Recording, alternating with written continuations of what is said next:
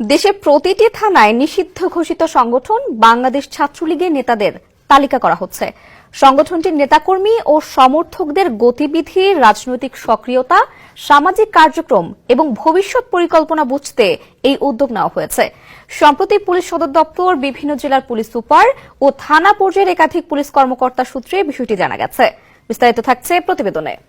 রাষ্ট্রের নিরাপত্তার স্বার্থে আওয়ামী লীগের ছাত্র সংগঠন নিষিদ্ধ ছাত্রলীগের নেতাকর্মীদের তথ্য উপাত্ত যাচাই বাছাই করা হচ্ছে।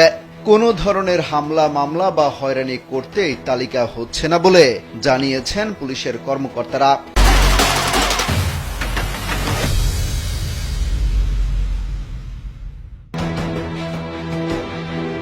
পুলিশের একাধিক সূত্র বলছে, সারা দেশে আইন শৃঙ্খলা পরিস্থিতির অবনতি ঘটানোর অপচেষ্টা চালাচ্ছে নিষিদ্ধ ঘোষিত এই সংগঠনের নেতাকর্মীরা। দেশের পরিস্থিতি অবনতি করতে তারা সংগঠিত হওয়ার চেষ্টা করছে। সেই আশঙ্কা থেকে ছাত্রলীগ নেতাকর্মীদের গতিবিধি অনুসরণ করতে পুলিশ সদর দপ্তর থেকে নির্দেশনা দেওয়া হয়েছে। পুলিশ সদর দপ্তর বলছে, ছাত্রলীগ একটি নিষিদ্ধ ঘোষিত সংগঠন। আইন অনুযায়ী এদের সব কার্যক্রম শাস্তিযোগ্য অপরাধ। এই বিষয়ে জানতে চাইলে পুলিশ সদর দপ্তরের সহযোগী মহাপরিদর্শক ইনামুল হক সাগর বলেন, যে কোনো মামলার আসামিদের গতিবিধি পর্যবেক্ষণ করা এবং তাদের খোঁজ খবর রাখা মামলা তদারকির অংশ।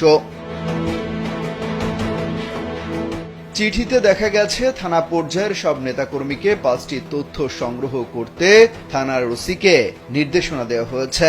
তথ্য সংগ্রহ বিবরণীর একটি ছকে উপজেলা, থানা, ছাত্রলীগের নেতার পূর্ণাঙ্গ নাম ও পরিচয়, জাতীয় পরিচয়পত্রের নম্বর, পাসপোর্ট নম্বর, রাজনৈতিক পরিচয় ও সংগঠনের অবস্থান, অতীত বর্তমান কার্যক্রমের বিবরণ, জিডি বা কোনো মামলা থাকলে তার তথ্য দিতে জরুরি ভিত্তিতে বলা হয়েছে।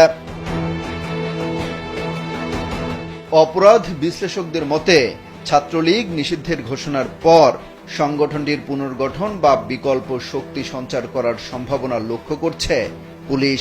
তাই দেশের রাজনৈতিক পরিস্থিতি অবনতি হওয়ার শঙ্কা রয়েছে। ফলে পুলিশ আগেভাগেই ছাত্রলীগ নেতাকর্মীদের গতিবিধি নজরদারিতে রাখছে। এসব তথ্য তুলে ধরে একটি প্রতিবেদন প্রকাশ করেছে আজকের পত্রিকা।